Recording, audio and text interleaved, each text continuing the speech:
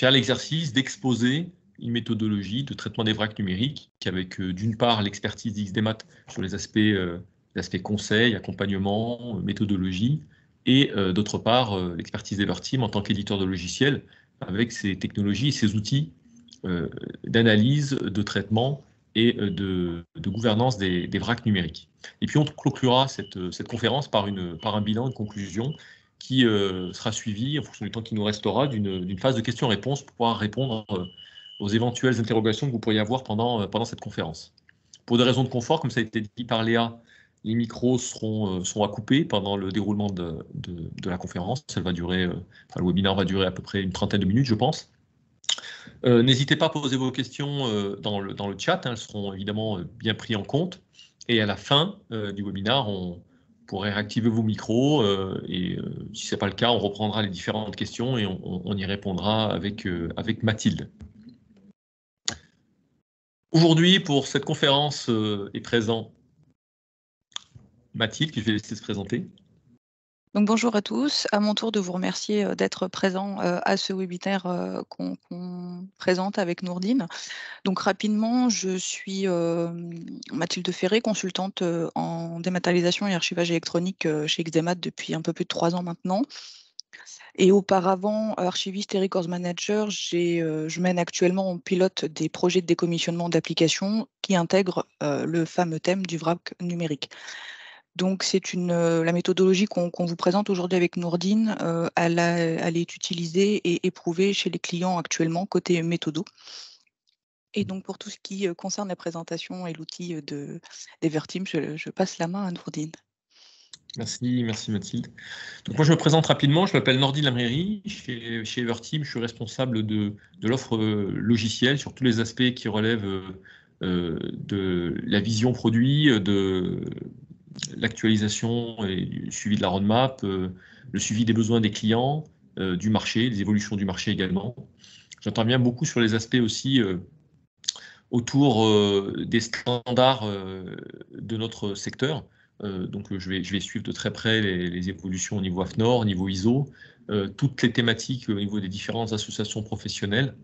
Et puis je suivrai également des projets un peu périphériques et projets européens comme le projet IA, sur lequel je suis beaucoup impliqué. Voilà. Merci Nourdine. Du coup, on va passer rapidement à une définition de ce qu'on appelle les vracs numériques. Finalement, de quoi on parle quand on parle de vrac numérique. Ça prend généralement la forme de documents ou de données, ou ça peut être les deux, qui ne sont ni identifiés, ni classés, ni gérés, et qui sont finalement non ordonnés, parfois dispersés dans un ou plusieurs systèmes, que ce soit dans des Teams, des SharePoint, que ce soit sur des outils de messagerie type Outlook, des disques réseau partagés, des clés USB ou même des outils de gestion électronique de documents. Et donc, le fait de ne pas avoir une vue et une gestion de ce vrac numérique peut apporter des problématiques en termes de volume. On va voir et décrire les risques dans la slide suivante, mais nous avons tout intérêt à s'occuper d'un vrac numérique, puisque sans action de notre part, il ne pourra pas se résorber, il ne pourra pas être traité tout seul. Donc, on va vous présenter rapidement sur la slide suivante ce qu'on appelle les risques associés à l'idée d'avoir un vrac numérique dans ses disques réseau, dans son serveur en local ou dans d'autres outils. Donc, en premier lieu, les documents et les données ne sont pas gérés. Elles ne sont pas gérées, ça veut dire qu'elles sont inexploitables. Si elles ne sont ni identifiées ni classées avec parfois peu de métadonnées ou pas du tout, ça nous amène à une perte d'informations. Merci Nourdine, une perte d'informations et de données. Ça, c'est pour le plus évident. Ensuite, nous avons également des risques associés à la non-conformité réglementaire liée au RGPD, puisque le RGPD nécessite un suivi des données personnelles. Si vous avez un vrac, à moins de cliquer un par un sur le document, vous ne pouvez pas avoir une vision macro des espaces où vous possédez des données personnelles.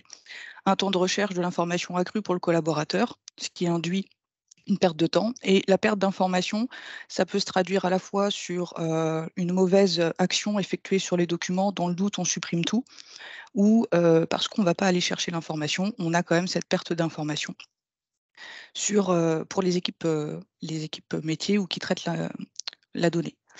On a également, deuxième pendant, des risques, une saturation des espaces de stockage. Ça, c'est plus côté IT, mais il y a un vrai lien, donc, puisque vous avez un accroissement des coûts liés aux infrastructures, liés aux énergies des data centers, mais c'est exponentiel. Aujourd'hui, la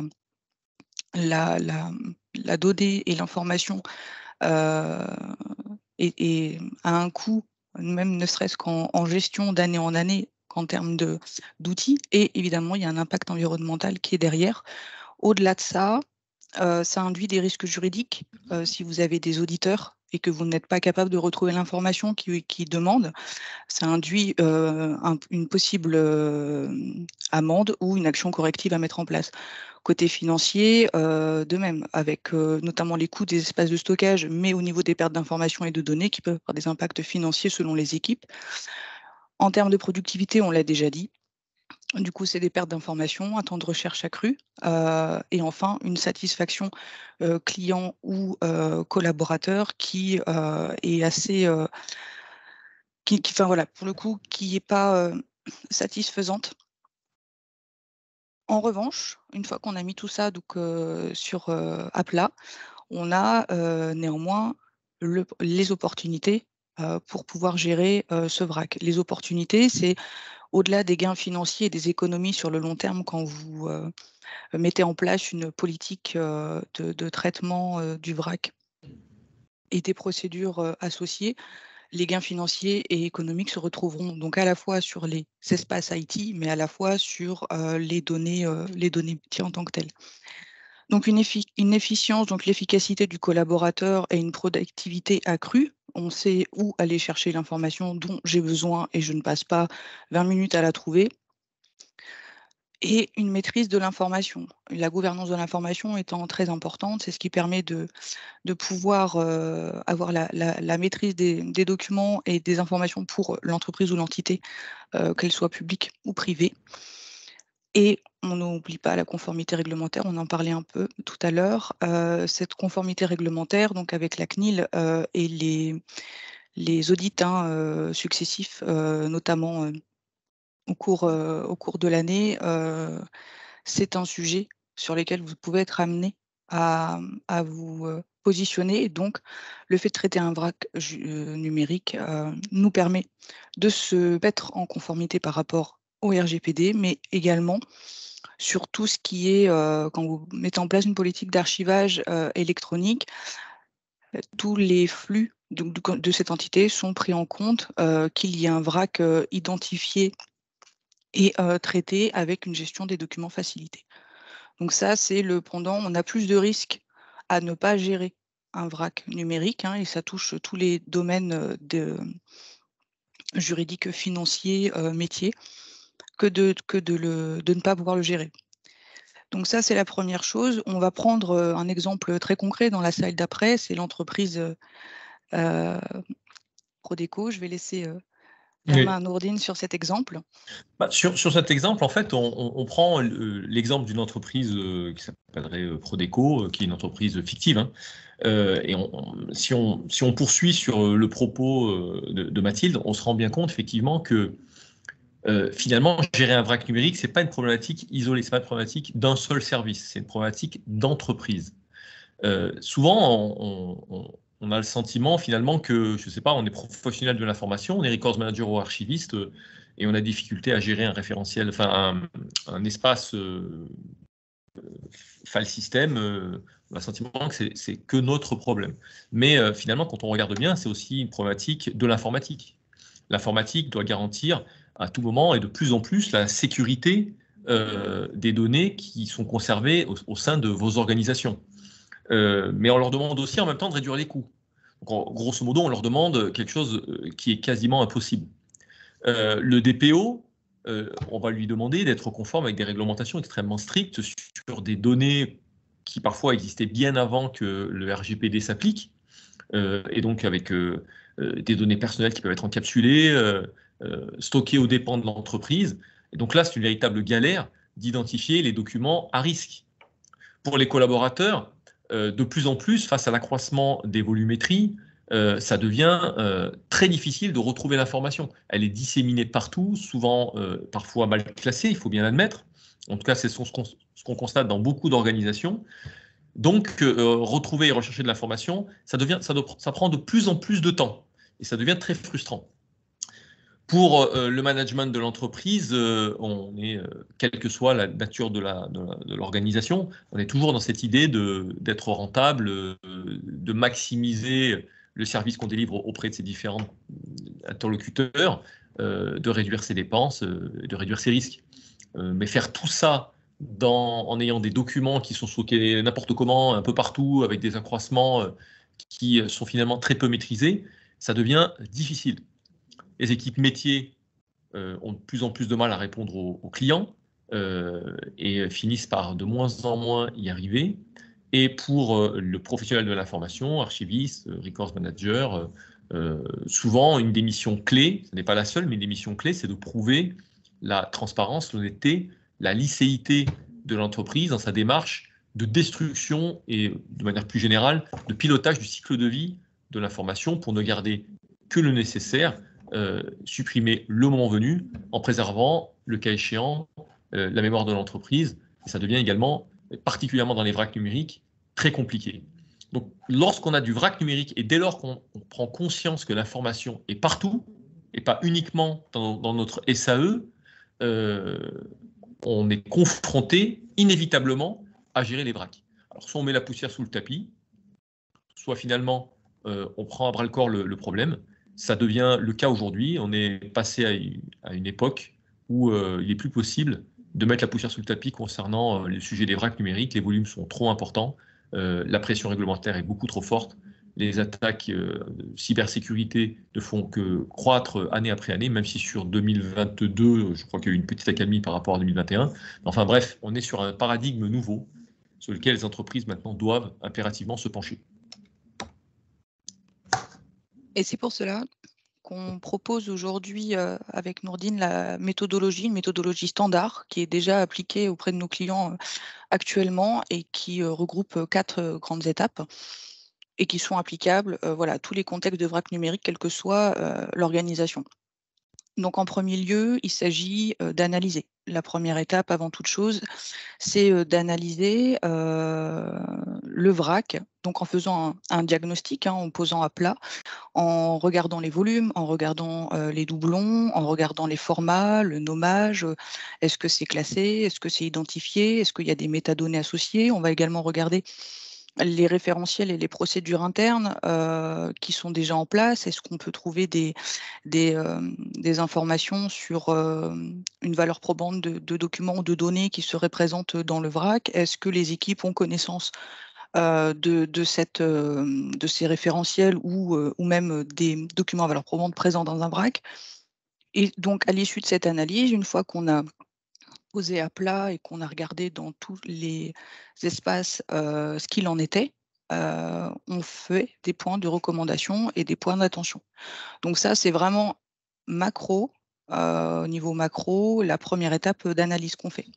On ne peut pas de toute façon engager un projet de traitement de vrac si on n'a pas à minima analysé ce vrac. Donc seconde étape, ça nous amène au cadrage. Ça veut dire qu'une fois qu'on a posé tout à plat et qu'on voit, par exemple, ah bah oui, il y a de la donnée personnelle, ah bah là, il y a des documents, ça peut être des documents qui sont gérés qui n'ont pas le même niveau de sensibilité au niveau des collaborateurs, par exemple, qui sont présents. Qu'est-ce qu'on en fait? On voit maintenant comment cadrer et faire un scénario pour cadrer le traitement. Donc une fois qu'on a analysé, on cadre, on définit les modalités de traitement, c'est-à-dire que on met en place où on reprend le plan de classement originel. Est-ce que on fait un traitement à la pièce, donc à la donnée ou au document? Est-ce qu'on fait un traitement au dossier? Est-ce qu'on fait un traitement que sur un seul outil, etc. Ça induit également des sujets sur le format. Est-ce qu'il y aura une conversion de format? Les formats sont il y a 10 ans de ça, les formats voilà, nécessitent peut-être une conversion si la valeur de la donnée ou du document le nécessite, ou que sa durée de son cycle de vie nécessite une conversion de format. Et au-delà de ça, donc côté pratico-pratique, on va s'attaquer aux aspects de planning, de méthodologie en tant que telle avec les différents services impliqués, les outils qui sont à la disposition donc soit des collaborateurs et comment on fait les modalités de contrôle après coup. Ça veut dire qu'ok, on a fait une réunion de cadrage, on fait un cadre pour le traitement et après. Donc une fois que tout ça c'est décliné dans cette phase-là, on peut passer à la phase traitement. Puisque la phase traitement, c'est le pendant applicatif de cette phase de cadrage. Là, on va aller dans le cœur du sujet et on va faire l'outil, en tout cas, nous, au niveau méthodologie, on va appliquer stricto sensu ce qu'on a cadré dans la phase précédente. Donc, on va pouvoir identifier les documents éliminables, donc faire des propositions d'élimination, faire un reclassement, éventuellement enrichir les métadonnées si besoin, faire les constitutions de SIP pour des versements, par exemple dans le SAE.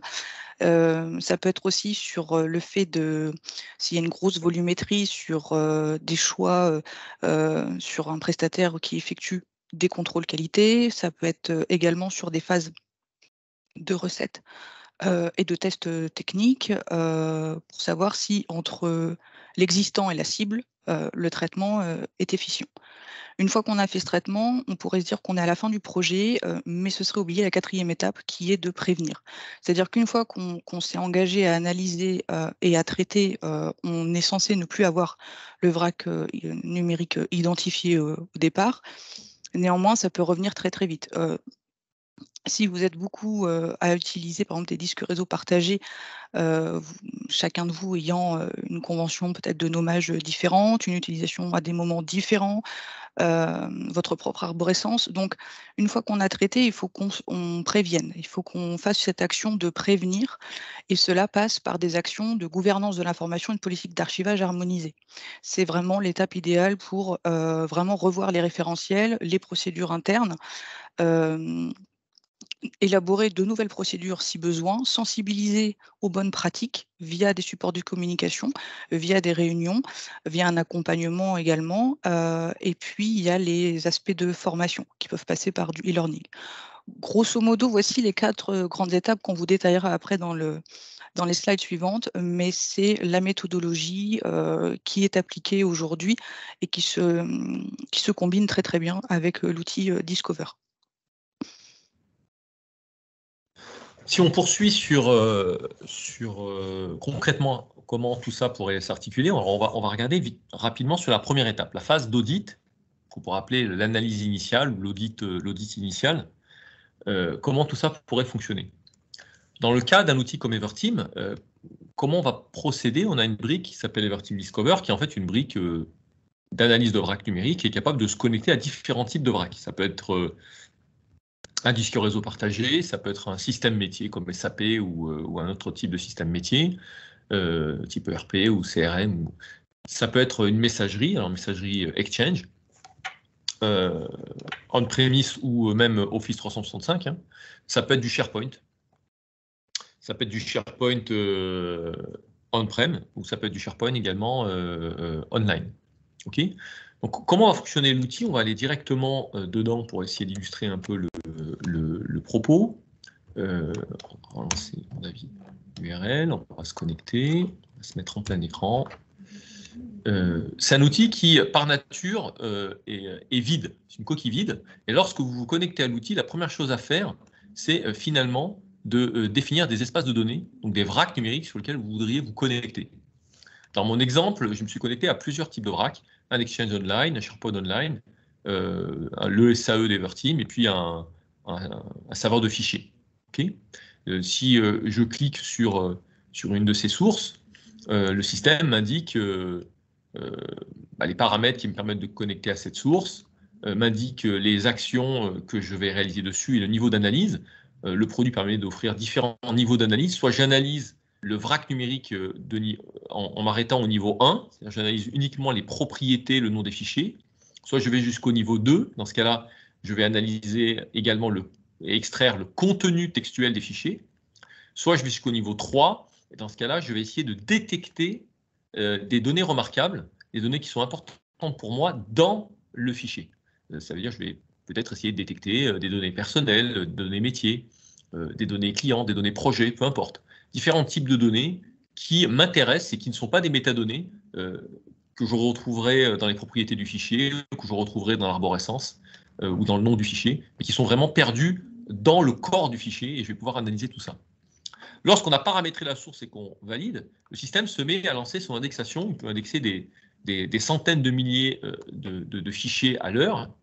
Et contrairement à des outils qu'on peut trouver sur le marché, l'outil Discover va ensuite automatiquement analyser sans qu'on ait à intervenir et va vraiment analyser en temps réel les données là où elles se trouvent. Okay. Donc là, je retrouve en fait 3 espaces, le connecteur SharePoint, la partie SAE et le serveur de fichiers. Alors, j'ai beaucoup de fichiers dans mon serveur de fichiers, j'en ai presque 6000, bon, c'est pas énorme, mais dans mon exemple, c'est là où j'en ai le plus. Ça représente un demi-giga. Là, j'ai une cinquantaine de fichiers dans mon SAE, et puis j'ai une vingtaine de fichiers dans mon SharePoint. Dans tous les cas, je peux naviguer dedans comme si j'étais dans l'arborescence de ces différents vracs. Et j'ai un affichage automatique qui m'est fait des principales données reconnues. Donc, je vais pouvoir assez facilement obtenir des informations qui auront beaucoup de valeur pour moi. Par exemple, si je vais sur le tableau de bord assainissement, il va me décomposer les fichiers par taille. Je vois les fichiers qui font moins d'un méga, j'identifie ceux qui sont un petit peu volumineux. J'ai la répartition des fichiers par format. J'ai la répartition des fichiers par date de création, par dernière modification, dernière consultation. Okay. J'ai la possibilité même d'aller plus loin. Alors, des tableaux de bord, on peut en créer un certain nombre. Hein. Le système va extraire énormément d'informations et toutes ces données sont dynamiques. Elles sont vraiment basées sur les données réelles. Donc, on n'est pas juste sur un tableau de bord statique. Si je ne m'intéresse, par exemple, qu'au serveur de fichiers, je sélectionne le serveur de fichiers et il me recalcule mon tableau de bord uniquement pour le serveur de fichiers. Si je ne m'intéresse qu'aux fichiers qui font moins d'un méga, enfin, ou les fichiers qui sont au format PDF, il va automatiquement ne s'intéresser qu'aux fichiers qui sont au format PDF et me dire exactement où ces fichiers se trouvent. Okay. Si ce filtre PDF ne m'intéresse plus, je l'enlève. Donc on est vraiment sur une vision dynamique et en temps réel de ce qui se trouve réellement dans mon vrac numérique. Là où c'est intéressant, c'est que je peux aller plus loin. Je peux vraiment venir ici et voir les fichiers du vrac. Me dire, je vais m'intéresser par exemple aux fichiers qui se trouvent dans ce répertoire de mon vrac numérique. Okay. Et je vais pouvoir chercher le terme contrat. S'il n'y a aucun fichier pertinent, mince, excusez-moi, une bêtise, je cherche le terme contrat, je reviens. Si ce n'est pas ici que je trouve les documents qui m'intéressent, je peux enlever mon filtre et la requête va se remettre à jour. Voilà. Et ensuite, je peux sélectionner, si je le désire, un fichier pour visualiser ses propriétés à tout moment. Voilà. Très facilement. Avec possibilité de pouvoir visualiser le fichier là où il se trouve. Donc en fait, là, le fichier que je consulte et les métadonnées que je vois, c'est un fichier qui est dans un disque réseau partagé quelque part. Et je le vois comme si, finalement, j'étais dans un système de jet présent, dynamique. Donc je vais pouvoir, par ce biais-là, par exemple, m'intéresser à un espace et dire à mon outil, j'aimerais que tu puisses me dire, par exemple, où se trouvent les doublons. Donc pour ce faire, on a la possibilité de pouvoir venir dans n'importe quel espace qui m'intéresse, par exemple dans ce répertoire là que je vais sélectionner tout à l'heure, et de lui dire, donne-moi automatiquement les doublons. Dans ce cas-là, il lance une analyse, alors il n'a rien trouvé ici, on va élargir. Là, il lance son analyse et il me dit, j'ai trouvé 679 doublons. Il a trouvé 679 doublons, et ces doublons sont vraiment des doublons exacts des mêmes fichiers. Donc ce fichier-là, ici, il a tous ces fichiers en dessous qui sont des doublons, mais parfaitement exacts, même si les noms de fichiers sont différents. D'ailleurs, si je sélectionne ce fichier, que je le consulte, je constate que c'est un fichier de licence qui est en français. Et ici, j'ai la version, par exemple, anglaise. Si je la sélectionne, je vois que c'est toujours en français. Donc, en fait, c'est des fichiers de licence qui auraient dû être dans des langues différentes, mais qui n'ont absolument pas été traduits.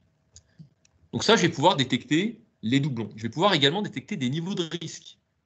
Les niveaux de risque que je vais pouvoir détecter assez facilement, c'est par exemple que le système va être capable de me donner automatiquement, par exemple, les fichiers qui ont dépassé une certaine durée de conservation.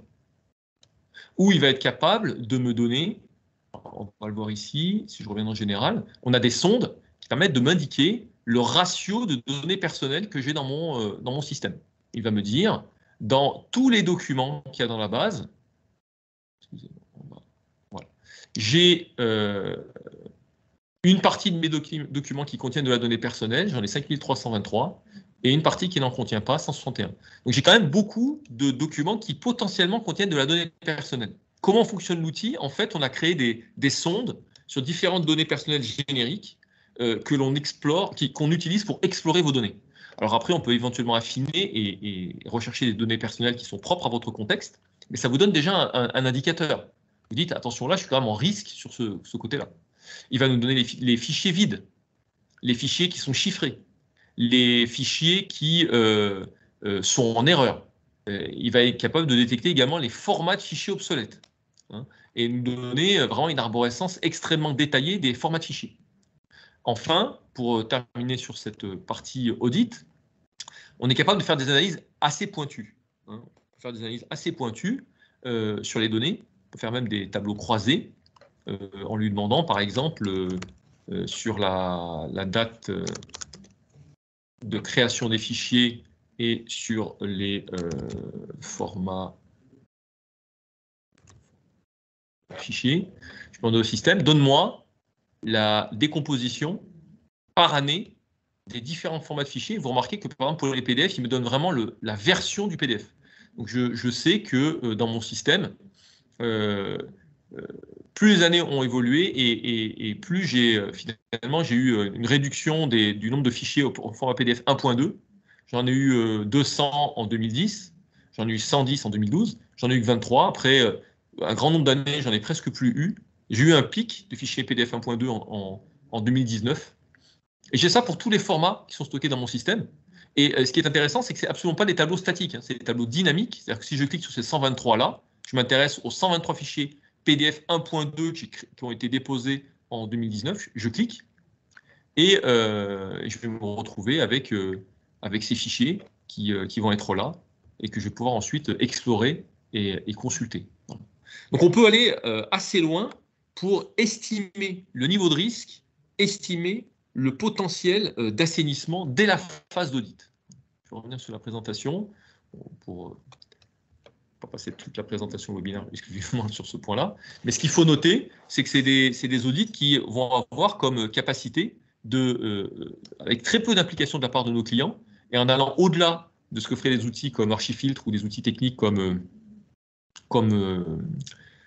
TreeSize, de pouvoir vraiment proposer des indicateurs de risque et des indicateurs d'assainissement basés sur des critères assez pointus. Et donc, effectivement, cette étape-là est absolument essentielle pour le suivi du traitement, puisque l'outil nous permet donc cette analyse flash à un moment T de ce qu'il y a dans l'ensemble de l'organisation sur les différents supports de stockage qui ont été énumérés par Nourdine, avec une analyse assez à la fois macro, qui nous donne une estimation non seulement des risques, mais des emplacements et des types de fichiers, des types de formats, et donc en fait une analyse de l'existant. Et donc cette analyse du vrac, l'objectif, une fois qu'on a fait tourner l'outil pour récupérer toutes ces informations, évidemment, c'est de les analyser pour savoir comment on peut assainir, traiter, réduire les risques, voire les supprimer complètement en fonction du volume, en fonction des spécificités liées à l'analyse. Donc, vous avez généralement l'existant. on sous-estime beaucoup un vrac. Finalement, on se rend compte qu'au moment où on commence à faire cette analyse-là, on se rend compte qu'il y a beaucoup de volume et manifestement un travail entre l'existant et la cible, donc ce traitement. Donc une fois que cette analyse elle est faite, nous on utilise c'est récapitulé dans un rapport hein, qui est un livrable qui sert de point de départ pour le projet. Donc c'est un livrable qui sera utilisé tout au long du projet comme lien de référence, notamment sur la phase de cadrage et de traitement. Et ce qui nous sert voilà, à mettre en place la feuille de route, donc ce fameux cadre, ce cahier des charges pour lesquels on va demander à l'outil d'effectuer, en plus avec la méthodologie, d'effectuer des actions ou pas en fonction des désirs de l'organisation et en fonction de la cible. C'est pour ça qu'on arrive à la notion de cadrage, qui est donc l'étape 2. Et sur cette notion de cadrage, l'objectif, c'est de définir la stratégie à mettre en œuvre pour traiter le vrac. Donc, encore une fois, en utilisant la base de l'analyse qui a été réalisée à la fois par l'outil et qui a été enrichie par le consultant sur les différents scénarios, un planning de mise en œuvre, sur quelles sont les ressources côté organisationnel et côté prestataire à mobiliser dans le cadre du projet.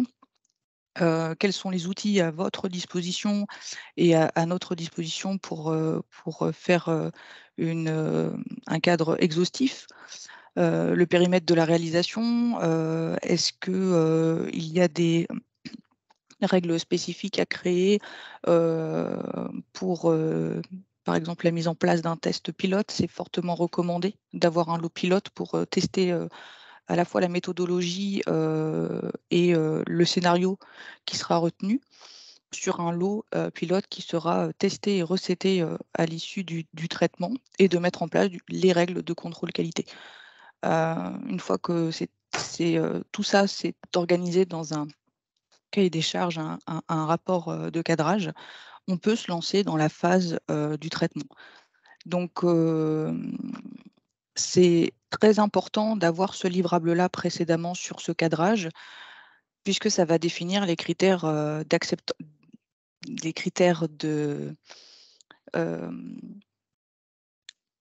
peut dire d'acceptance sur les phases de recette et de test. Donc là, on attaque la phase du traitement. Ça veut dire qu'on a analysé, on a défini des scénarios, on a défini un cadre dans lequel on a ciblé les éléments à traiter en priorité ou au niveau exhaustif. Et donc l'objectif forcément de ce traitement, c'est de mettre en place cette stratégie. Donc c'est là où vous avez des actions sur de la migration de données, comme on a dit, la préparation de SIP, du dédoublonnage, de la suppression de fichiers, du reclassement de fichiers. Et une fois que ces actions sont faites, on réalise les contrôles qualité ou les actions correctives associées si besoin. Donc on va faire les tests techniques, on va faire les tests de recettes, on va vérifier que sur le lot pilote, l'ensemble des besoins qui ont été mis sur le rapport de cadrage est en adéquation avec cette phase-là. Une fois que les contrôles qualité sont effectués, on peut, donc par un échantillonnage ou directement en prenant un temps sur différents supports, différents types de fichiers ou de documents, on met en place des actions correctives si besoin, mais normalement, si la phase de cadrage est bien faite et que le traitement correspond à cette phase de cadrage, on peut supposer que le traitement est terminé et qu'on peut passer à l'étape suivante qui est la phase prévenir. Entre-temps, du coup, Nordine, si tu peux nous montrer le traitement en tant que tel effectué par Discover. Tout à fait, tout à fait. Donc, on a vu dans l'étape d'avant comment on pouvait auditer effectivement un vrac numérique avec l'outil Discover. Comme l'a expliqué Mathilde, ensuite, il va y avoir un certain nombre d'étapes où on va vraiment s'interroger sur comment agir finalement sur ces vracs numériques et puis surtout dans quel objectif. Pour ce faire, l'outil Discover peut être un outil qui peut être d'une grande aide parce qu'il va permettre d'aller assez loin dans l'analyse des documents qui se trouvent dans ce vrac numérique, en analysant les contenus, comme on l'a vu dans la phase d'analyse, définir et construire les tableaux de bord, et ensuite tout un pan, étape 3, 4, 5 et 6, de pouvoir classer, enrichir en informations, agir sur les documents et automatiser des requêtes. Donc on va pouvoir vraiment intervenir sur ces vracs de différentes façons, des fois avec des actions qui sont assez originales, automatiser certaines actions en enregistrant des requêtes qu'on peut réexécuter de manière périodique, appliquer des mécanismes de classification automatique basés sur de l'apprentissage, sur des technologies d'IA qui s'appuient sur des corpus de référence et en appliquant des classifications automatiques, du tagging finalement automatique de documents sur les documents qui seraient considérés comme très proches, et de l'extraction d'entités nommées, de l'extraction de données remarquables qui seraient adaptées à votre contexte. Si dans votre contexte, vous avez par exemple des métadonnées qui sont pertinentes, des identifiants, des listes de valeurs, des listes de personnes, des tables d'autorité, et que ces valeurs-là seraient vraiment très très pertinentes pour vous à extraire des documents, on peut rechercher ces valeurs et dès qu'on les trouve, on va automatiquement ensuite les renseigner comme étant de nouvelles métadonnées qui n'auraient été renseignées par personne d'autre avant. Donc concrètement, dans le produit, comment tout ça se matérialise? Si on retourne dans Discover, on va se remettre en plein écran et on va se mettre en situation. Mettons-nous en situation, vous êtes par exemple dans une situation où vous consultez votre tableau de bord et puis vous cherchez un tableau de bord sur la partie assainissement. Sur cette partie assainissement, vous allez par exemple, on va plutôt aller chercher dans le tagging, dans la partie peut-être conformité, voilà. Et on va enlever les différents filtres que j'avais appliqués tout à l'heure, voilà. Donc ici, par exemple, je suis dans une partie où j'ai la possibilité d'identifier les documents qui sont doublons. Donc on voit ici, dans l'espace dans lequel je me trouve, j'ai trouvé un certain nombre de doublons, je peux tous les sélectionner.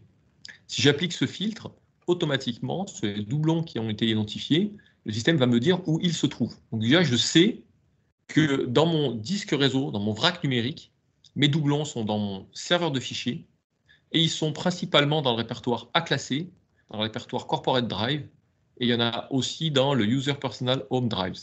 Voilà. Il n'y en a pas tant que ça dans le Team Drive. Donc, et après, je peux ouvrir et voir exactement où se trouvent répartis la plupart des doublons. Ils sont principalement dans ces deux répertoires. Donc j'arrive à identifier les zones où des doublons apparaissent. Je vais être capable de dire sur ces doublons, par exemple, je m'intéresse aux doublons qui sont dans le répertoire A classé, je vais pouvoir voir exactement les doublons qui sont dans cet espace, et le système va me dire, voilà les doublons que j'ai trouvés. Alors il y a des doublons, c'est des fichiers qui ont tous un fichier parfaitement similaire.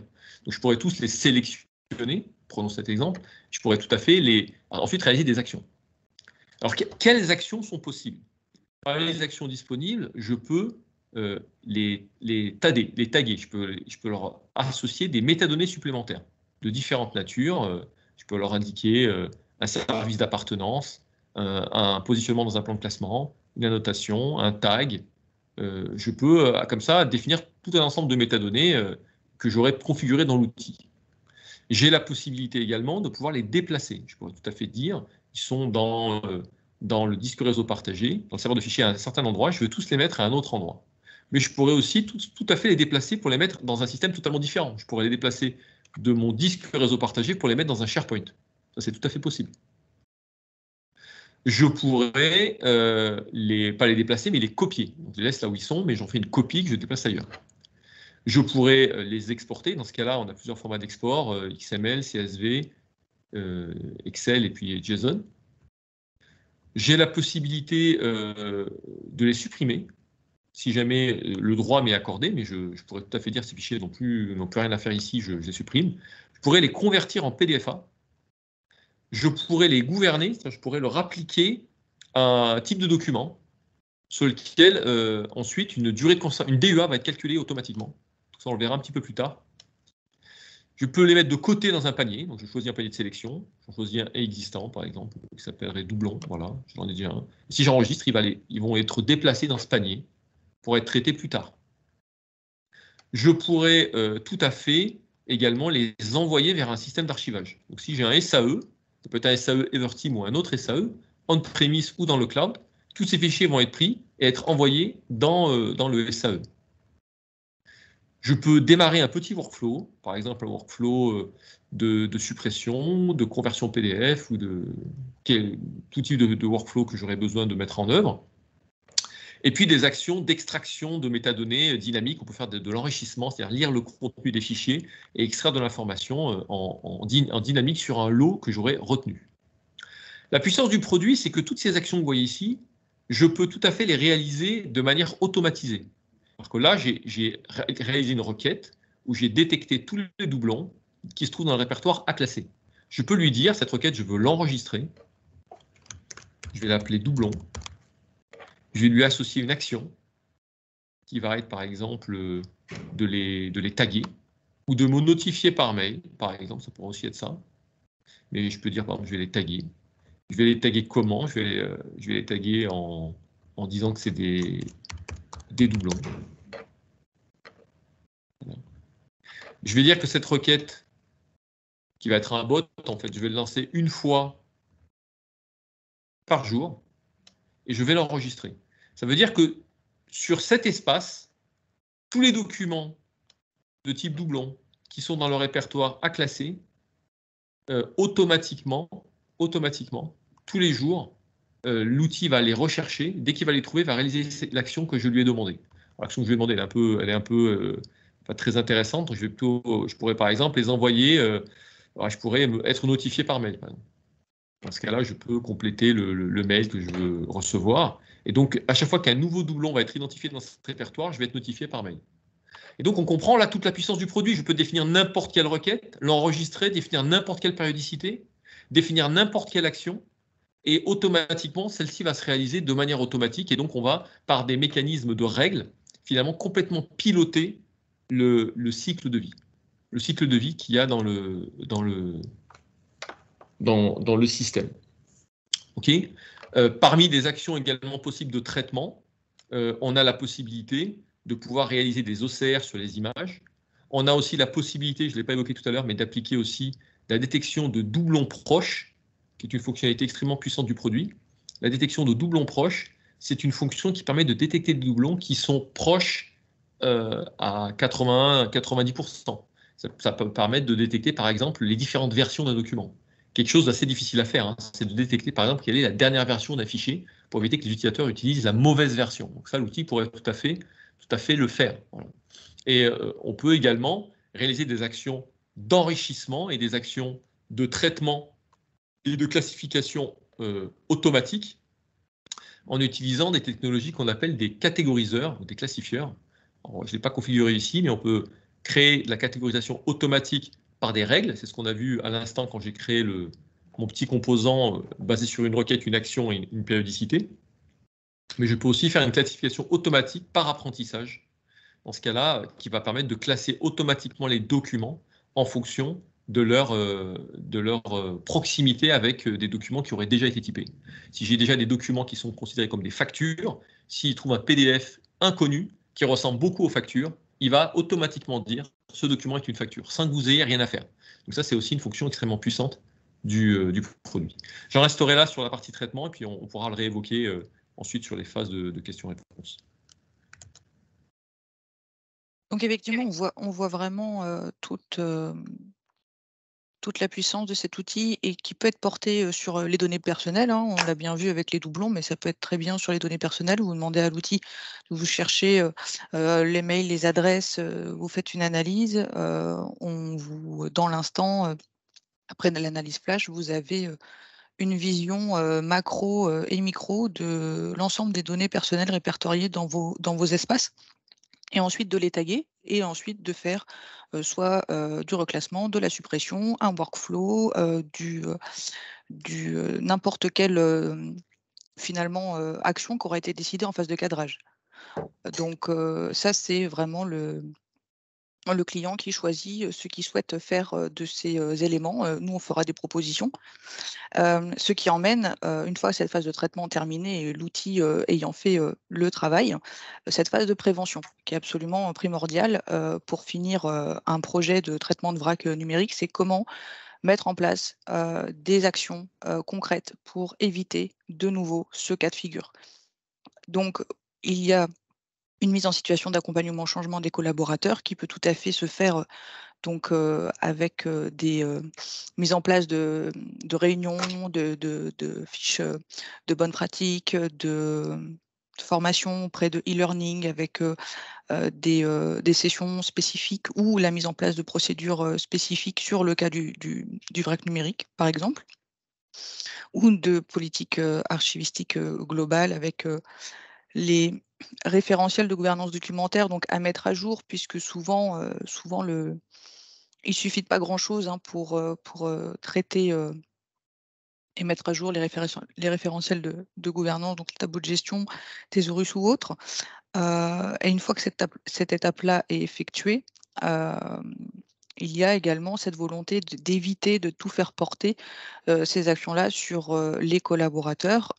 Donc l'idée, c'est ils en font le moins possible, mais de manière qualitative pour déporter ce temps à leur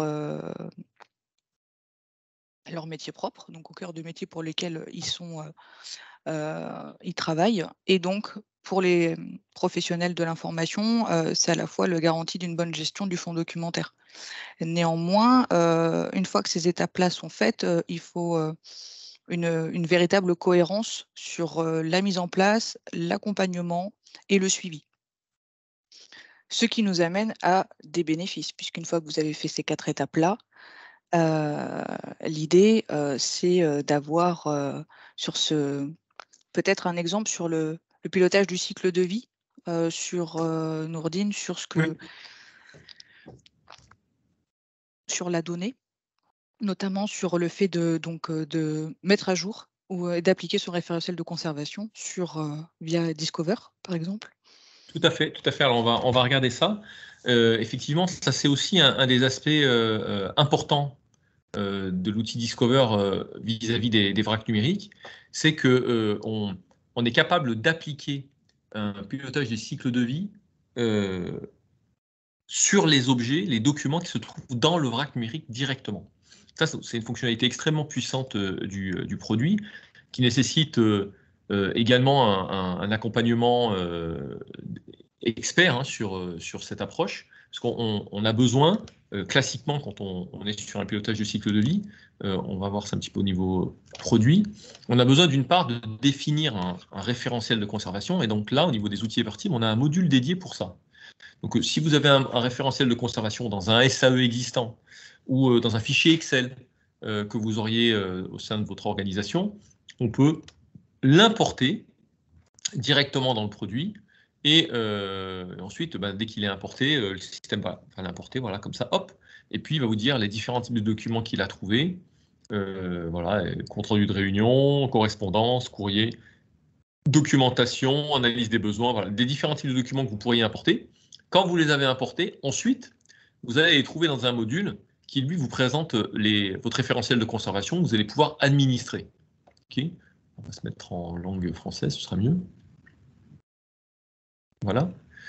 Et donc là, je vais retrouver, par exemple, le document contrat de baux. Il va me dire que c'est un type de document pour lequel j'ai une durée de conservation de 12 ans. Et à l'issue de cette durée, les documents seront supprimés. Okay.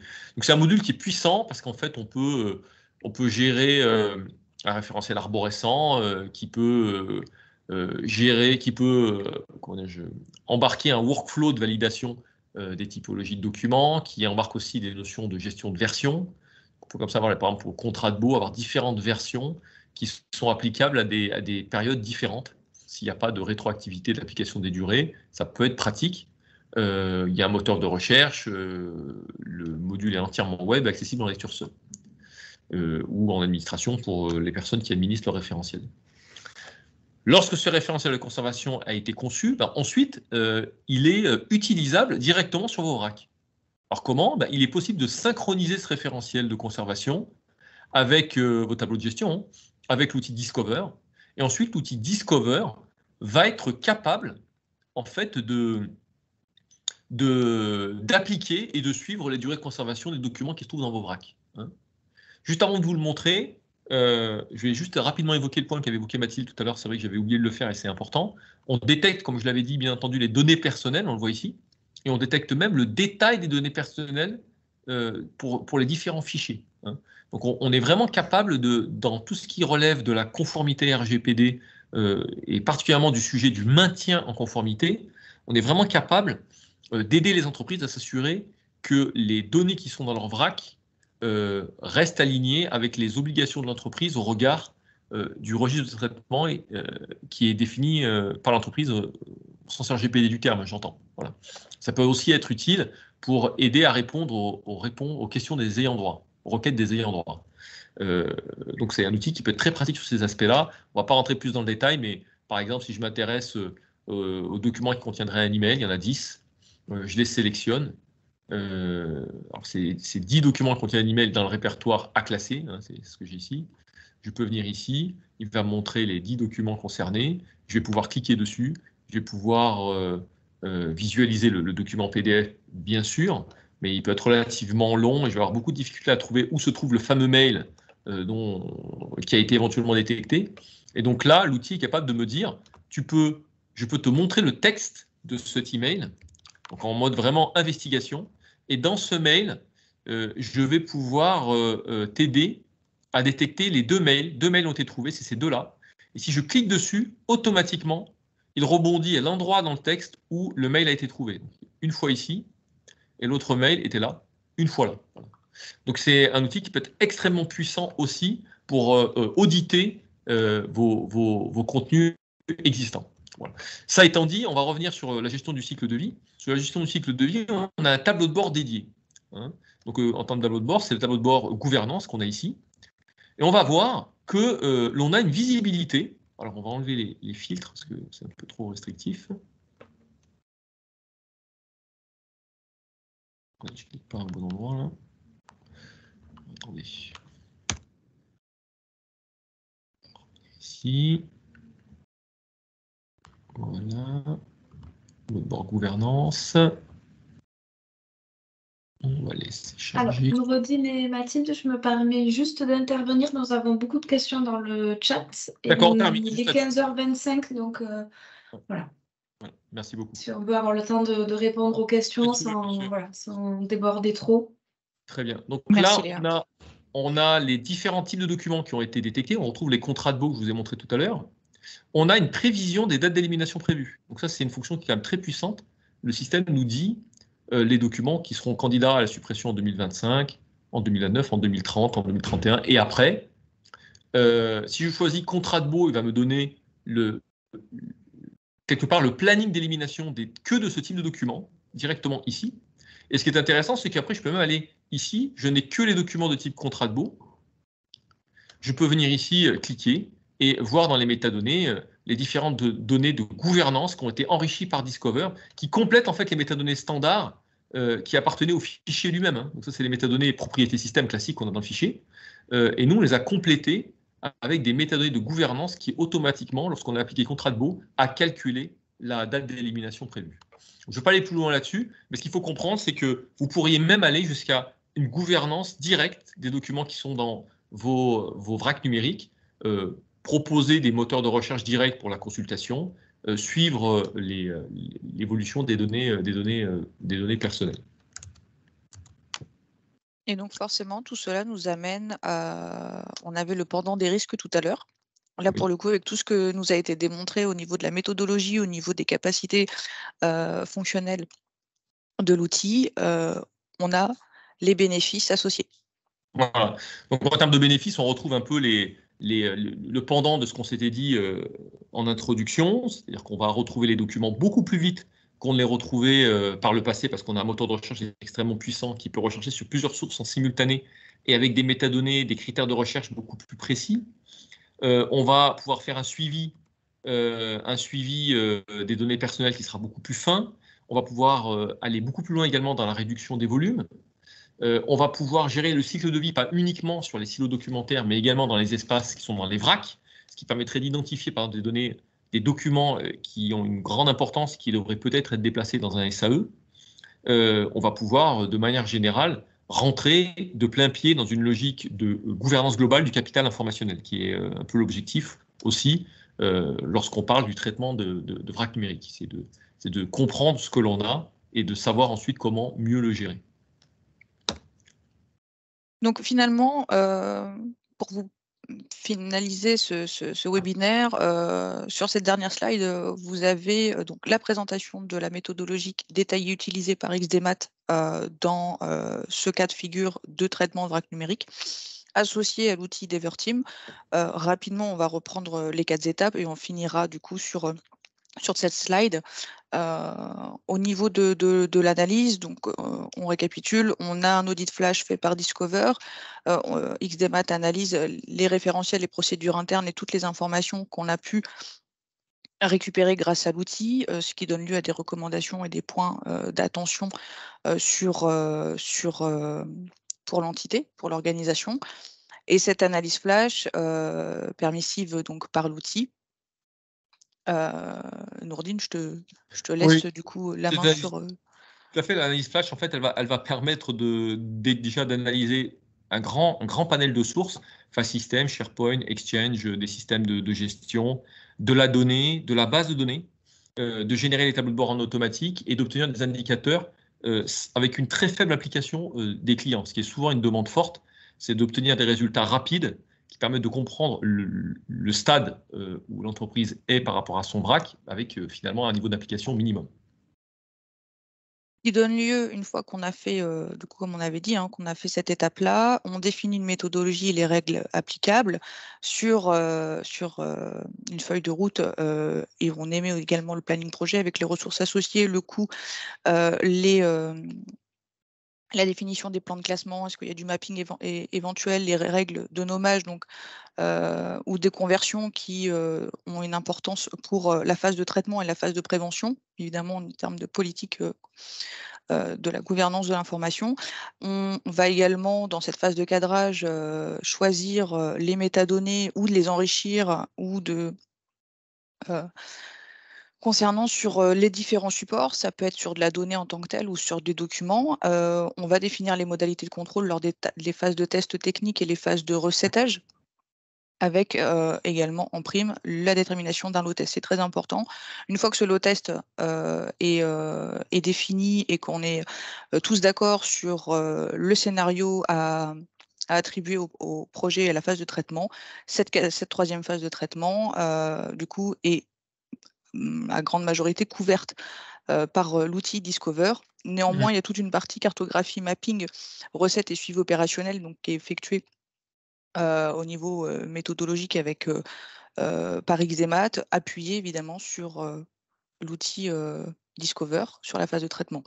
Oui, je ne reviendrai pas en détail là-dessus, mais vous avez vu toutes les fonctionnalités qu'il est possible de faire.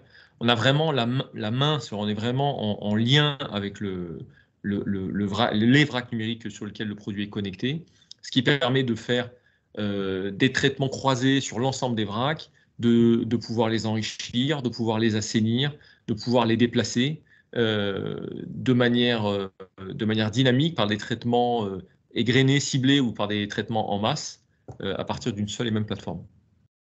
Ce qui nous amène à la dernière étape, prévenir. Donc, on l'a déjà dit, mais la stratégie de la gouvernance de l'information est capitale. Et ça passe également donc, par l'élaboration ou la mise à plat de nouvelles procédures et référentiels, avec un accompagnement évidemment pour l'ensemble des collaborateurs impliqués dans ce projet, avec des formations, qu'elles soient sur e-learning ou classiques. Et ça passe par une sensibilisation aux bonnes pratiques, voire des actions de communication. Et dans tous les cas, l'outil permet également de faire des actions de prévention.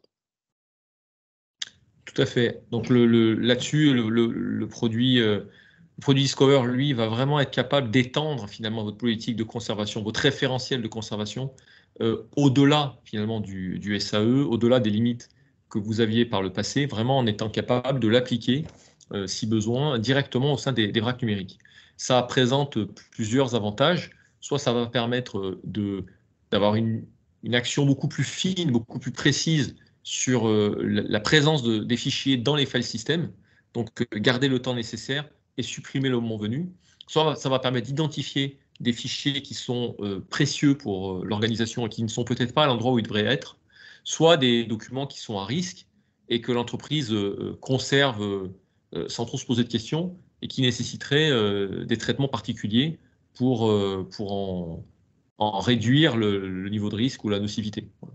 On va être capable de gérer tout ça. Le dernier point à valeur ajoutée qui peut être intéressant dans cette phase de prévention, c'est que l'outil Discover peut aussi être finalement un moteur de recherche fédéré qui permet rapidement à l'ensemble des collaborateurs de l'entreprise d'accéder plus rapidement aux documents qui sont dans les vracs numériques à partir d'une interface de recherche unique. Voilà, c'est aussi un point qu'on relève parmi les atouts de ce type de technologie.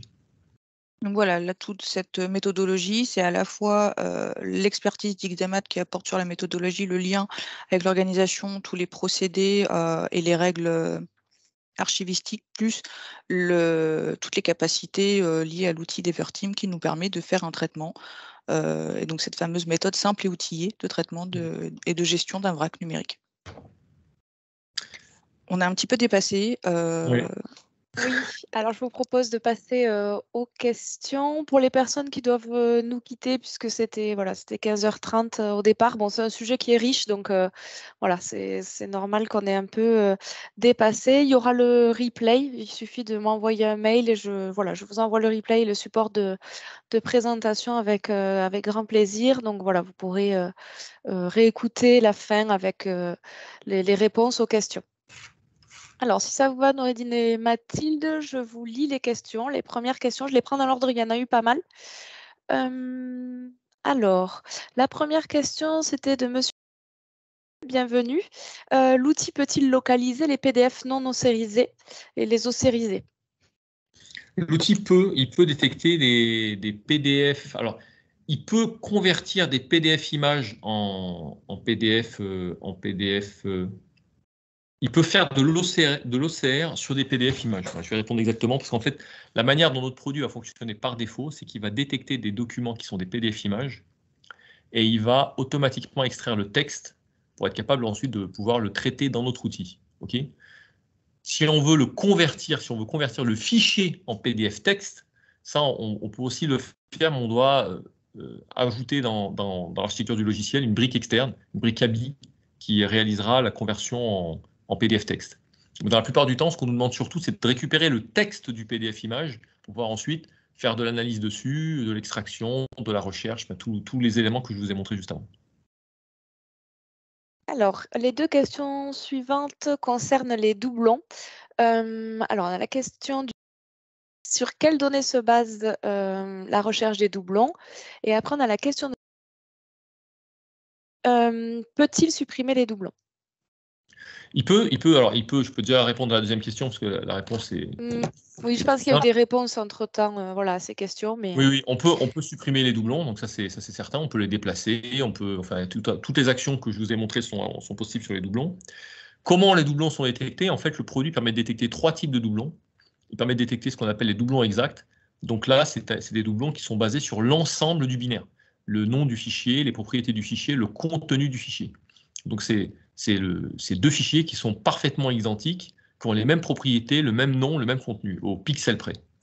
La deuxième catégorie de doublons, c'est les doublons de contenu. Le fichier ne va pas s'intéresser, notre outil ne va pas s'intéresser à l'enveloppe, ne va pas s'intéresser au nom du fichier et à vos propriétés. Il va extraire le texte et détecter des fichiers qui ont exactement le même contenu textuel.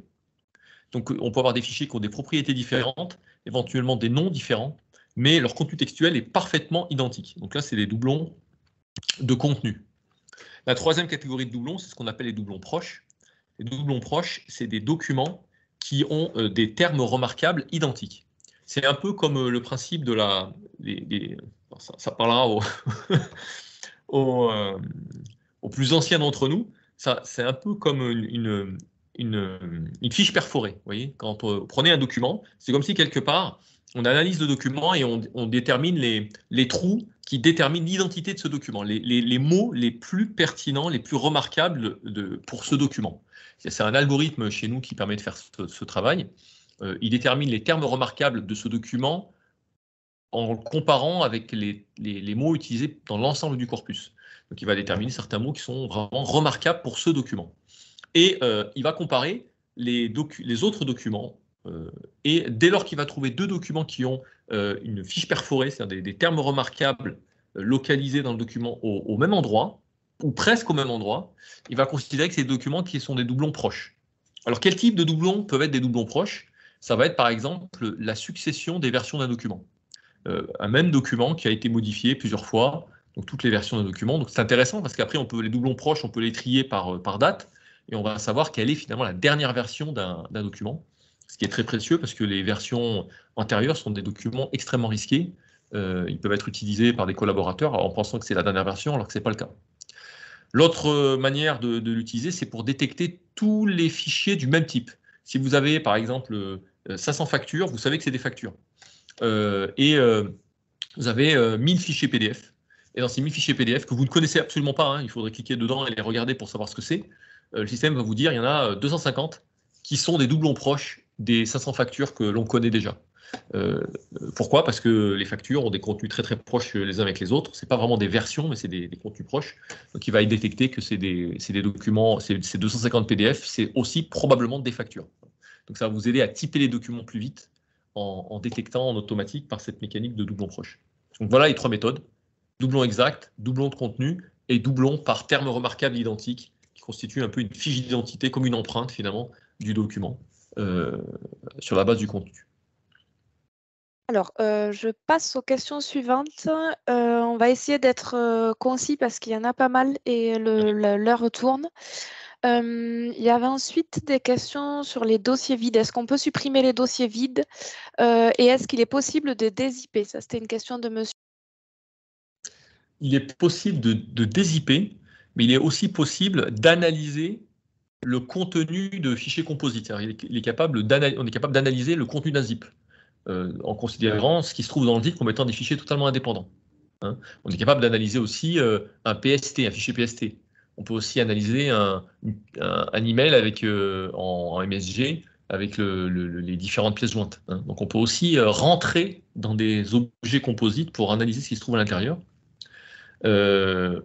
On aura un peu plus de difficulté à détecter les fichiers vides parce que, en fait, mais je pense qu'on peut pouvoir le faire. Il faudrait que je vérifie ce point-là, j'en suis pas sûr à 100% sur les répertoires vides. Donc ça, il faudrait que je vérifie au niveau produit. Alors là, il y avait encore des questions sur le doublon, donc ça, on y a répondu. Il y avait des questions sur la détection de durée de conservation échue. Il y a pas mal de questions en lien avec le SAE et l'archivage électronique. Donc, je lis la question: la détection de la durée de conservation échue est-elle indexée sur un référentiel, tableau de gestion? Si oui, comment est intégrée cette donnée? Il y a plusieurs pouces sur cette question, donc bon, c'est sûr que le lien avec l'archivage électronique, ça va intéresser pas mal de monde. Il y avait aussi, des questions, Nordine, sur la prise en charge du format CEDA. Oui.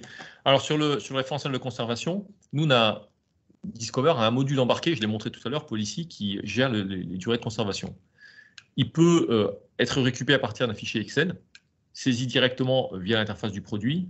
Il peut aussi être synchronisé avec un SAE existant. Donc, si vous avez un SAE existant, probablement que dans ce SAE, le référentiel de conservation peut être exporté, et ensuite, notre produit va le réimporter.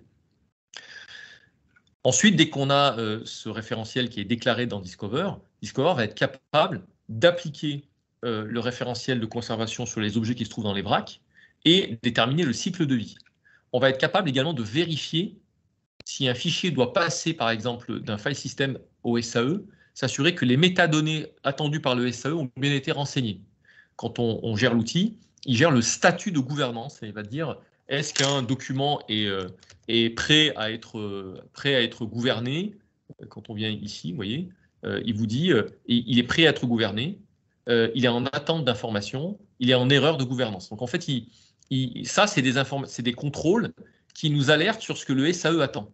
Si je choisis par exemple un fichier qui est en attente d'information, ici, je le sélectionne, je vais aller le voir, il va me dire qu'il attend que le champ juridiction soit renseigné parce qu'il est obligatoire.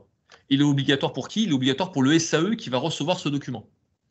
Donc ça veut dire qu'il va aussi jouer le rôle de vérification du versement des documents directement dans le SAE.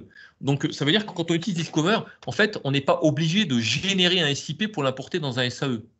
Ça, c'est des questions que je me suis toujours posées. C'est pourquoi, quand on est dans un file system et qu'on veut importer des documents d'un file system dans un SAE, pourquoi on se contraint à passer par la génération d'un SIP qui, de toute façon, va ensuite devenir un AIP dans le SAE, qui sera peut-être demain généré sous forme d'un DIP, mais le format CEDA par nature est un format d'échange, ce n'est pas un format de stockage en soi, c'est un format d'échange qui a un intérêt dès lors qu'il est nécessaire d'avoir un moment de transit des données. Mais dès lors que l'outil permettrait, en tant que composant d'intermédiation, de récupérer les fichiers de n'importe quelle source et de les envoyer sans erreur directement dans le SAE en s'assurant que les métadonnées attendues soient bien renseignées, finalement, passer par un format SIP, c'est plus une contrainte qu'autre chose. Hein. C'est peut-être pas très politiquement correct ce que je dis là, mais c'est ce que je pense. Ça me permet peut-être de faire le lien avec le format CEDA. Aujourd'hui, dans notre produit, on est capable d'analyser des VRAC et de réaliser des exports. Je l'ai montré tout à l'heure. Et en fait, on peut faire des exports dans différents formats, XML, CSV, JSON et Excel. Aujourd'hui, dans le produit, on ne fait pas directement un export au format CEDA. On est obligé d'utiliser un composant de retraitement qui convertira notre format d'export dans un format CEDA. Il y a des outils open source qui existent, donc ce n'est pas forcément problématique, où on est capable directement d'envoyer les flux dans une brique d'archivage Everteam. Donc là, ce n'est pas que Discover, il y aurait Discover plus notre brique d'archivage, et après notre brique d'archivage, elle sait générer des DIP au format CEDA 2.0, 2.1, voire même 2.2, qui est tout récent. Alors, j'essaye de regrouper les questions. Il y avait des questions sur la transformation des PDF en PDF-A et sur les formats de fichiers images. Est-ce qu'ils sont reconnus par l'outil de manière concise? Oui. Alors l'outil reconnaît les formats images. Il reconnaît même les versions de ces formats. Il est même capable de détecter l'outil qui a généré le format. Il est capable de détecter également la version exacte pour le format. Donc tout ça, il le fait. Il est capable de faire de l'OCR, donc de l'extraction de texte sur des documents images. Il y a un viewer qui est intégré aussi pour permettre de les consulter. Et il est capable de réaliser aussi de la conversion en PDF A3, qui est un composant de conversion qui est intégré dans le produit. Discover se veut un outil aussi de préparation des documents à l'archivage. S'il y a une carence dans les formats de fichiers en vue d'un archivage, on peut appliquer en amont finalement ce traitement en vue de disposer d'objets éligibles à un archivage long terme. Alors, après, il y avait une question très intéressante sur les audits de sécurité, par exemple l'ANSSI. Oui. Voilà. Peut-être ça, c'est préciser, c'est important pour les DSI côté sphère publique. Est-ce que l'outil du coup propose, qui indexe les documents, les données, est-ce que l'outil a passé des audits de sécurité? Ah oui, d'accord. Si, bien sûr, l'outil, enfin tous les produits Everteam dans leur cycle de sortie de version, donc à chaque release, passe des tests et des audits de sécurité, audit statique, audit dynamique, opéré par une société spécialisée en audit de sécurité. On le fait déjà depuis plusieurs années. Il faut savoir que les produits Everteam sont présents dans beaucoup de grands groupes, de grandes institutions, publiques, privées, sur lesquelles les niveaux de sécurité attendus sont très très élevés. Donc c'est des choses que l'on fait. On a une documentation dédiée, on a le pass qui va bien, on passe les audits de sécurité qui vont bien, on sort des releases périodiques qui permettent de prendre en compte toutes les failles de sécurité qui pourraient apparaître sur le marché et sur lesquelles notre produit pourrait être impacté. Donc on s'inscrit véritablement dans un outil qui est capable d'être déployé dans le contexte actuel, où les sujets de la sécurité maintenant sont devenus extrêmement importants. Alors, après, on a des questions sur le nombre de jours de paramétrage pour connecter l'outil avec un SAE différent. Bon, là, je pense que ça va être un peu difficile d'y répondre sans connaître votre contexte voilà, précis, quel type de SAE, etc. Il y avait une question sur au-delà d'un vrac, est-ce un outil performant de gestion courante d'un fonds classé, surveillance, nettoyage, audit? J'aurais tendance à dire que oui, mais Noureddine peut-être va mieux répondre à cette question. Alors, sur le temps de mise en œuvre, la seule chose que je pourrais dire qui est importante de noter, c'est que la méthodologie et le délai de mise en œuvre n'ont rien à voir avec les outils de gestion documentaire ou les SAE tels qu'on les connaît traditionnellement. Je le sais bien parce que Everteam est aussi éditeur de systèmes de GED et de systèmes de SAE. C'est des systèmes qui se mettent en œuvre beaucoup plus vite, mais avec une approche itérative. Donc on est vraiment dans une dynamique agile. On analyse, on voit le résultat qu'on obtient, on présente et on met à disposition ces résultats auprès des clients ou les clients les obtiennent eux-mêmes par leur propre configuration. Et ensuite, on les ajuste et on les relance. Et c'est cette approche itérative qui permet ensuite d'atteindre le bon résultat. Donc ça peut faire des projets, extrêmement courts. Hein. Ça va dépendre un peu des objectifs qu'on s'est fixés. Ça peut être un projet qui fera moins d'un mois. Ça peut parfois être un projet qui va faire 6 mois. Parce qu'on va avoir beaucoup d'objectifs et on va avoir de très gros volumes. Donc ça va dépendre un peu des cas, mais c'est très différent des projets ECM traditionnels. Léa, tu peux me rappeler la deuxième question? C'était par rapport à la gestion quotidienne, en fait, qui est très importante. Donc, la question, c'était, au-delà d'un vrac, est-ce que c'est un outil performant de gestion courante d'un fonds classé? Surveillance, nettoyage, audit. Voilà, question qui a intéressé plusieurs personnes. Oui, voilà. Oui, c'est un bon outil pour ça. C'est toujours pareil. Hein, il n'est pas sur le même positionnement qu'un outil, comme Archifil, par exemple. Je prends cet exemple-là, mais il n'est pas tout à fait sur le même positionnement. Il va beaucoup plus s'intéresser au contenu. Il est quand même dans une logique de gestion courante, mais il ne va pas remplacer l'explorateur. Par exemple, si vous avez un vrac sur explorateur Windows, il ne va pas remplacer exactement ce que fait l'explorateur Windows. Par exemple, dans Discover, on ne créera pas aujourd'hui, alors peut-être demain ce sera différent, mais c'est le cas aujourd'hui. Aujourd'hui, on ne peut pas créer, par exemple, un dossier à partir de l'interface. Ce n'est pas l'usage du produit. Donc, quand on parle d'usage courant, il faut savoir de quoi on parle. S'il s'agit d'assainir, s'il s'agit de rechercher et de retrouver plus facilement, de déplacer des documents pour pouvoir les mettre dans les bons systèmes. Enfin, il faut toujours discuter client par client pour comprendre un peu l'usage qu'ils veulent en faire et voir jusqu'où le produit peut les aider. Alors, donc il y avait encore des questions sur le CEDA. Les fonctionnalités sont-elles complémentaires ou redondantes d'un SAE performant? Donc là, j'aurais tendance à dire complémentaire. Tout à fait, c'est tout à fait complémentaire. Hein. Et en plus, cette complémentarité, nous on la connaît très bien. Enfin, on est éditeur de systèmes d'archivage à valeur probante et on est éditeur de Discover. Donc on n'est pas sadomaso au point de développer 2 fois les mêmes fonctions des 2 côtés. Donc en fait, il y a vraiment une complémentarité, une articulation qui va très très bien avec Discover pour traiter finalement les sujets amont d'un SAE. C'est une attente très très forte de beaucoup de grandes entreprises qui se disent, bon, le SAE, quelque part, on reçoit un peu au dernier moment des flux, et puis on se découvre que les formats ne sont pas bons, que les métadonnées sont incomplètes. Souvent, le SAE ne se charge pas parce qu'il y a beaucoup de choses qui ne vont pas. Et donc, finalement, on essaye de répondre un peu à la promesse de l'ISO 15489, on essaye de remonter un peu le courant et de créer finalement une continuité, une fluidité de circulation de l'information du VRAC jusqu'au SAE.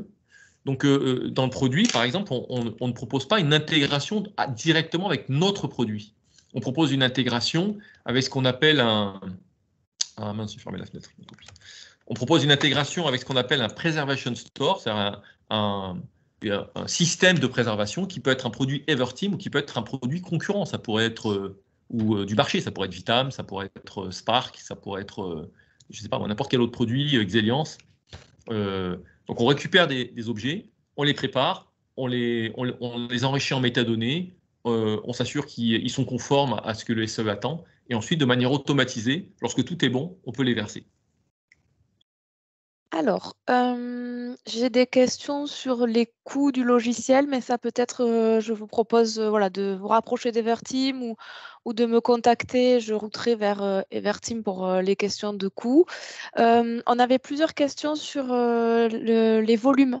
Voilà, sur la capacité à analyser des volumes très importants. Est-ce qu'il y a une limite de volume? J'ai cru voir aussi passer des questions sur les REX. Voilà. De volumétrie. Oui, alors on a nous-mêmes au niveau produit fait un certain nombre de benchmarks, hein, donc ça, si vous revenez vers nous, on pourra vous les partager. C'est un produit qui, au niveau positionnement, est pertinent quand les volumes, quand il y a beaucoup de volume. Donc c'est pas un positionnement, c'est pas un produit monoposte, c'est pas un petit produit destiné à gérer une volumétrie départementale locale. Parce que dans cet écosystème-là, il va y avoir beaucoup de petits produits qui auront un positionnement similaire. Donc le positionnement d'Everteam, un des critères de différenciation, c'est déjà sa capacité à gérer des grosses volumétries. Donc quand on commence au Tera, on commence à être dans l'univers des produits Discover. Quand on est en deçà, par exemple, du Tera, nos produits peuvent répondre, mais c'est parce qu'on va apporter une valeur ajoutée substantielle sur le contenu, sur l'analyse, sur les données personnelles, sur les actions automatisées, etc. Mais il est vrai que quand on a beaucoup de volumétrie, là, on a quasiment plus de concurrents. Et le produit est conçu là-dessus. C'est un produit qui est ce qu'on appelle une search-based application, basée sur une architecture microservice, qui est destinée à gérer, par conception, de grosses volumétries. Alors, j'essaie de retrouver. Donc là, j'avais des questions sur les volumétries. Sur le CEDA, hop, on a commencé à lister. Dans quel pourcentage Discover est à configurer en fonction du référentiel métier? Le référentiel métier, il faudrait définir ce que c'est que le référentiel. Oui, si vous pouvez préciser votre question, je la prendrai en compte. Alors, en attendant, j'avais une autre question. Y a-t-il une synchronisation des métadonnées avec le magasin de termes de SharePoint? Le magasin de termes, c'est quoi? C'est les retention labels? Aujourd'hui, on ne fait pas de synchronisation. Oui, c'est ça.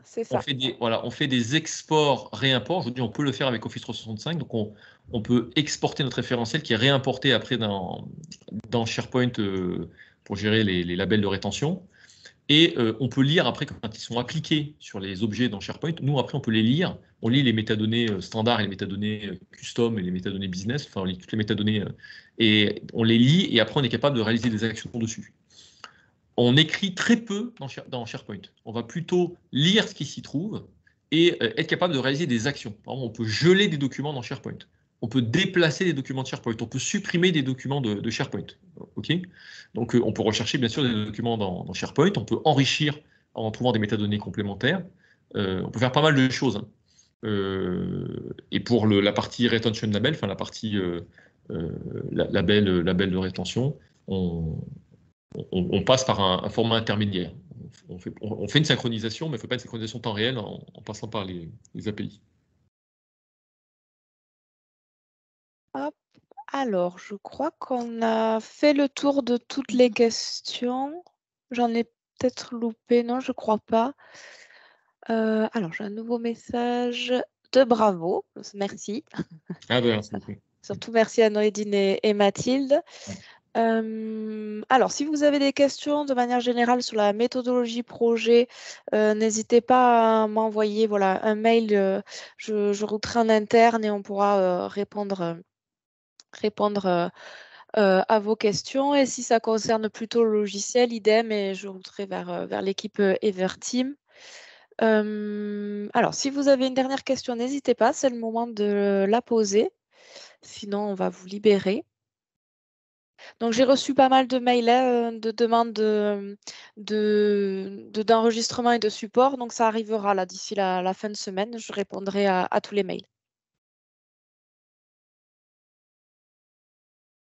Donc, voilà, c'est l'heure des merci. Donc, je crois qu'il n'y a pas d'autres questions pour le moment, en tout cas.